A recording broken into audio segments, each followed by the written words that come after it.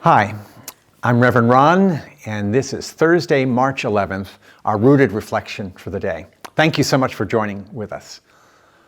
The story in today's lesson from our devotional is a story out in the desert.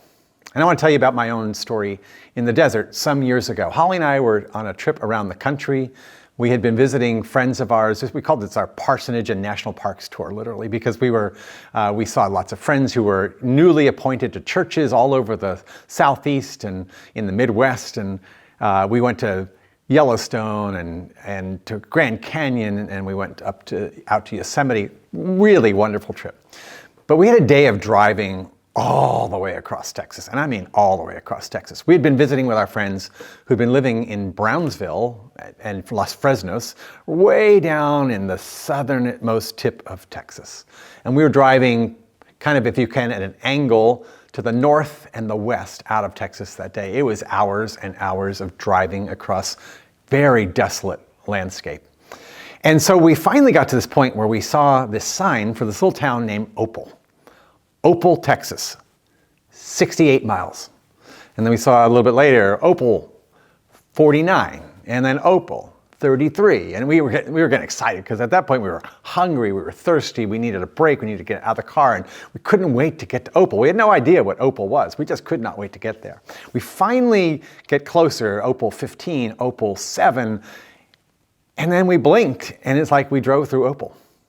There was nothing in Opal. There was a closed gas station. It was a crossroads. There was a sign that said Opal, and this longing for refreshment in the desert. Literally, this is going to be our oasis. This is going to be our lunch, our break for the day. Nothing. And we had to drive on, I think, maybe another 45 minutes or an hour before we could finally get something. And I remember we laughed about it at the time, but we were getting cranky because we just needed this break. And it reminds me of the Israelites in the desert. Now Moses has led them out from captivity, and they are in the wilderness. And they are thirsty. They are so thirsty, and they are begging, and they are cranky, and they are talking with Moses like, why did you lead us out here to die? Us and our cattle too, everybody. We're all just going to die in the desert. Was that your plan, big Moses?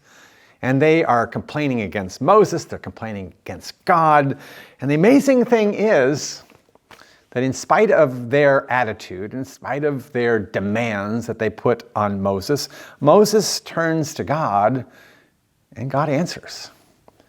God tells Moses, strike the rock over there.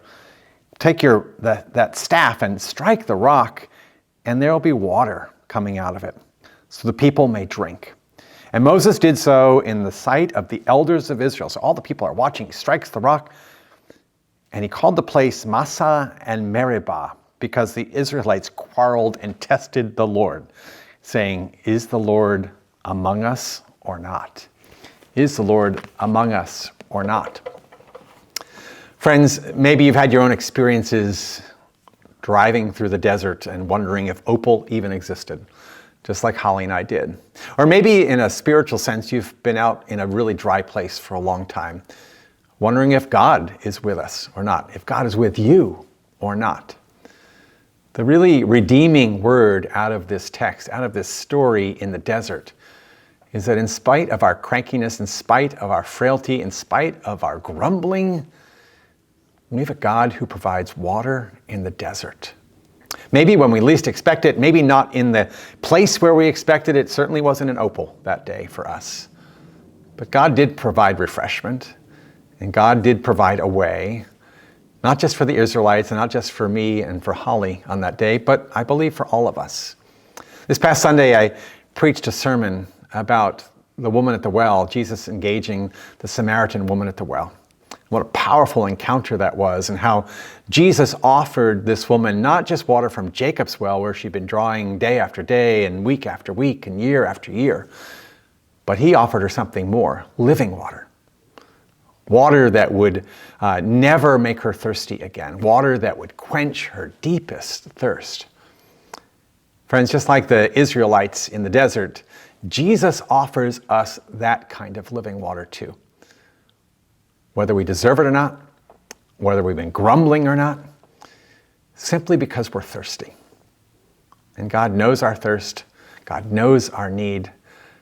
And God says, here, come take a drink. Come take a drink.